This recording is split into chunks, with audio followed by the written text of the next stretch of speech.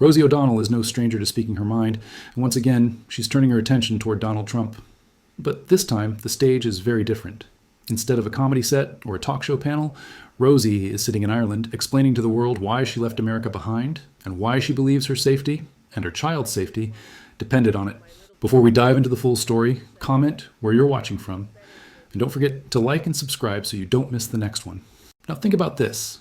Rosie O'Donnell was once one of America's most recognizable TV personalities, a comedian and presenter with millions of fans. She built her life in the United States, never even considering that she might one day have to leave. Yet here she is, openly telling the Irish people that Trump's rise and the political climate around him pushed her out of her own country. And this isn't just another Hollywood celebrity making noise. Rosie and Trump's feud has stretched on for decades, from the days of The Apprentice all the way to the presidential debate stage, where Trump famously singled her out as the punchline for his insults. But what's different now is the context. Rosie isn't just rolling her eyes at Trump anymore. She's literally describing how toxic and dangerous life became under his shadow. What we're about to see isn't simply Rosie going off on Trump. It's a veteran entertainer and outspoken critic putting her personal story in front of a foreign audience, laying bare how deeply his words, his behavior, and the culture around him have impacted her life. And in doing so, she's giving the world a warning about what it feels like to live in Trump's America. So let's roll the clip, because what Rosie says here is bigger than comedy, bigger than celebrity feuds. It's a raw reminder of how politics can reach into people's everyday lives and force choices no one ever imagined making. Morning to you both. Lovely to have you. Lovely to see you. We're delighted that you're here and joining us. And we have to ask you, how are you finding Ireland? You're only here since January. Yes. How's it going? It's amazing. It's better than I could have imagined, and I never imagined leaving the United States. I didn't even have an Irish passport, although my siblings do, because I thought, well, I'm never moving out of the United States. I'm kind of like a stay-home mom kind of person. And but then when the election happened, and you know, it was quite obvious what was going to occur as they put out a book that announced it, Project 2025, I knew that it was time for me and my young autistic child to come here. And let's talk about that a little bit for people who might not know, because the beef between you and Donald Trump go back to the days of when you were a talk show host comedian. He was a personality. A reality show. He had The Apprentice, which was all fiction. Yes. And a lot of people in America didn't know that it was fiction because they sold him as America's biggest successful businessman, and he had been bankrupt 6 times, and he had lots of charges of sexual abuse against him, and he is, you know, known for lying and for corruption. And he had a charity that he and his family now can never do a charity again in New York because they stole money from children who had cancer. And this is all fact. All you need to find out these facts is a computer, people. I am not an investigative journalist. I simply lived there my whole life. And in New York, where he grew up as well, we're around the same age. I'm 63, he's 107. Is that what he is now? I'm not sure. But, and so I've known who he was from the get-go. But a lot of male chat show hosts were saying the same things that you were. Yes. But it was just you. You just got under his skin. And he went crazy in a way that I was shocked. And it's almost 20 years since that show. And he's still, to this very day. To this day, at the debate, they said to him, you call women pigs, gross, disgusting, fat, ugly. And he said, no, only Rosie O'Donnell.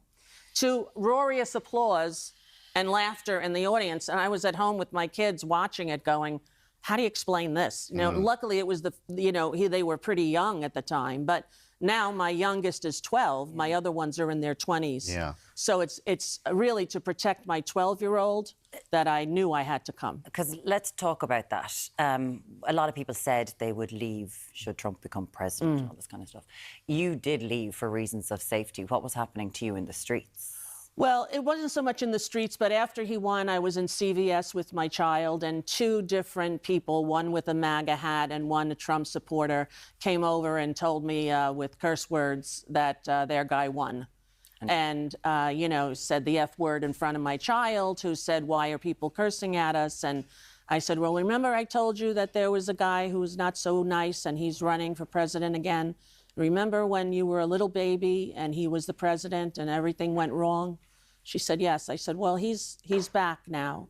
And she said, so it's time for us to go. And that's what, because you did stay during his first presidency. I did, and it was a difficult time for me mentally and emotionally. Because this has obviously taken a toll on you over these years. You know, it's something to go from being a kind of known celebrity in America that people liked, that won a lot of, that had a lot of accolades, that had a lot of, to despised by half the population. Half the country thinks that he is the new coming of Christ, and half the country sees what's happening, that fascism has taken hold in America, and it's terrifying, not just for America, but for the world.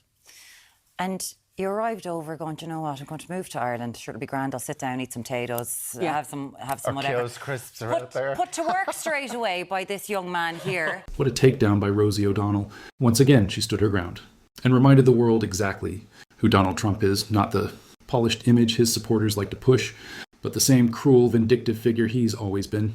By speaking openly in Ireland, Rosie not only confronted Trump's record, she also gave the international audience a glimpse into why so many Americans feel threatened by his rise and by the dangerous agenda tied to him, like Project 2025, something the mainstream media rarely covers, but absolutely should. And let's be honest here, Trump's obsession with Rosie didn't end decades ago. For years, he singled her out with insults that would have destroyed the reputation of any other man in public life. He's called her crude, obnoxious, dumb, a loser, a disaster, even going so far as to mock her marriages and call her names that don't belong in any serious political conversation. During the 2016 presidential debate, he smirked and said he only called women pigs and slobs when it came to Rosie O'Donnell, and the crowd laughed. That was a glimpse into how normalized his bullying had become. Now, imagine if the roles were reversed.